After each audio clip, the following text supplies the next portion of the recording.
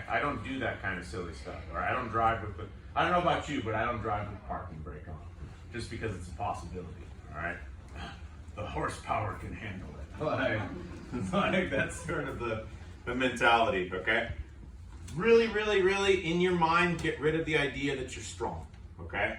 You're just not that strong. I can find someone stronger. I guarantee it. I can find someone stronger, and the moment that they grapple up with you, you'll feel so stupid about the idea that you were strong, okay? Just right here in my gym, I'll bring in one of the giant squad. Bring in who, Matthias or Taven or something like that. Like it's a great moment. I have guys all the time. Like, I'm pretty strong.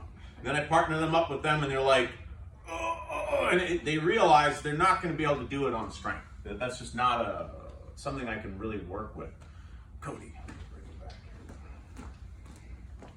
So, I got my legs stable. But you'll notice that something's got to happen for him to stand up. And that's kind of like my first thing. And I want to make sure I can stop him from standing up. A lot of jiu-jitsu people will stay on the ground. We'll deal with that later. Jiu-jitsu people start getting into the idea of playing the jiu-jitsu game. But if we're learning this for self-defense, most people won't play the jiu-jitsu game. They're going to get up. Okay? They're just going to they don't want to be here. They're going to want to get back to their feet. They don't want to stay on the ground. Okay? The ground is a filthy, filthy place, right? Watch him in slow motion go to get up. There's something that's going to happen. What's the first thing you're going to do to get up? Go back down. What did he do? Do it again? Hands. He's got to get to his hands. There's no way he stands up with his weight on his elbows. An impossibility, right? At some point, he's got to transition to his hands to get himself up. When he goes to get up, I see that moment. Go to your hands and then just pause. Okay. I want to take this away from him. So, I'm going to take my wrist and put it in his elbow socket, okay? I'm going to try to find the elbow socket. My wrist is what I'm using to grip, not my stupid fingers that are too weak, okay? My wrist gets in there, and what I'm going to do is I'm going to shift my body weight back to pull that elbow back to his body, okay? From here, I can start to sink weight into his shoulder, okay? And just from here, now when he wants to get up, this is hard, okay? If I see the possibility, I'm going to feed this hand over to the other side, okay?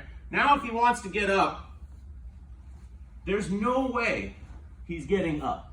Does that make sense? Like, once I take away an arm, there's no way, until he gets rid of that grip, do you think there's any conceivable way you're going to get up? I don't care if he's Cirque du Soleil acrobat, okay? Like, once I take that hand away, and I'm creating a little bit of a pull there. Let me do it with someone else so you can see. From here, I have these things. He starts to go up to a hand. This arm, wrist into the elbow. Hold it real tight. Yeah, just lock it out as hard as you can. If I can't get it just off arm strength, my body's going to move. Look, I lean forward, back, okay, to break that elbow down.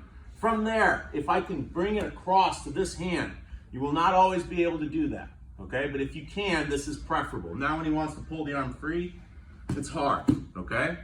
When he goes to get up, I'm putting his weight here, okay? Like, you try to get up, that is a hard day, right? Like, so give that a try. 1, 2, 3.